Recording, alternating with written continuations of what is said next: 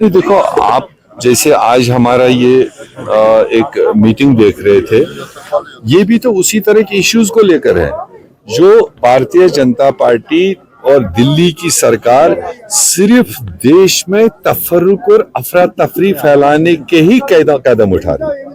अभी तक पूरे 12 साल में कोई कदम उनका ऐसा नहीं देखा गया जिसमें इस भारत देश को यूनाइट, इसमें अलग अलग कल्चर्स में लोग रहते हैं, अलग अलग भाषाओं में लोग रहते हैं, अलग अलग धर्म के लोग रहते हैं, कोई भी एक स्टेप भी उन्होंने इस भारत देश के अंदर रहने वाले लोगों को इकट्ठा साथ में चलाने का कोई कदम नहीं उठाया। जो भी कदम उठ रहे हैं वो कहीं ना कहीं तनाव से भरे हुए हैं, कहीं ना कहीं अफरा तफरी फैलाने की बात है। अब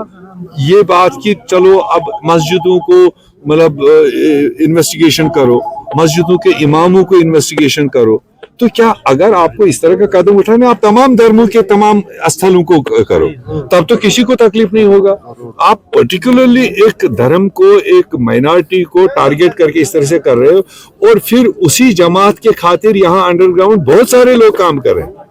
और ये उनको जवाब पूछना चाहिए था जो उन्हीं के एजेंट्स बनकर, उन्हीं के प्यादे बनकर यहाँ समाज में गुमराह करने की बात है। हमें उनसे कोई ज्यादा गिला नहीं, उनका डिजाइन यही है, उनका सोच यही है, वो तो यही करेंगे। मगर अफसोस उन लोगों पर है जो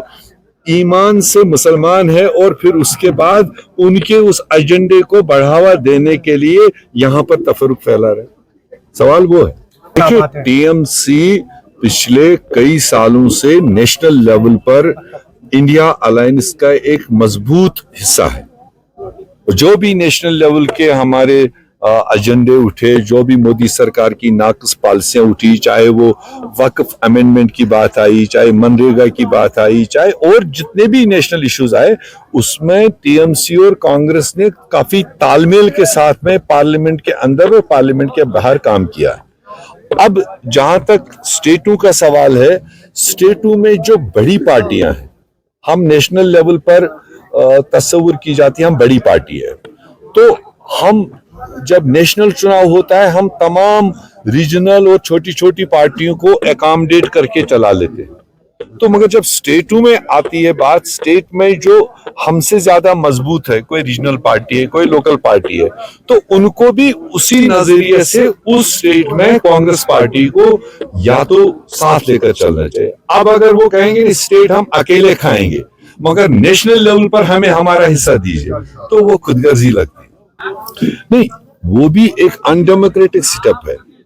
क्योंकि ये जमहूरी हमारा हक है, ये आईनी हमारा हक है, ये कॉन्स्टिट्यूशन ने हमें हक दे रखा है किसी फर्द को, और फिर कोई जमात हो, कोई पार्टी हो, वो जमहूरी तरीके से किसी चीज का, किसी प्रोग्राम का क्रिटिसाइज करे या अपनी डिमांड हाईलाइट करे। अब अगर जमहूरी तरीके से उठाई हुई आवाजों को ये सरकार बंद करने की कोशिश कर रही है, बंद करती है, तो ये भी तो एक अनडेमोक्रेटिक, यही तो हमारा मसला है कि देश के आईन को ये सरकार, इनकी लॉ एंड ऑर्डर मतलब उसको बाला ताक रखे हुए कॉन्स्टिट्यूशन से हट के काम किया जा रहा है।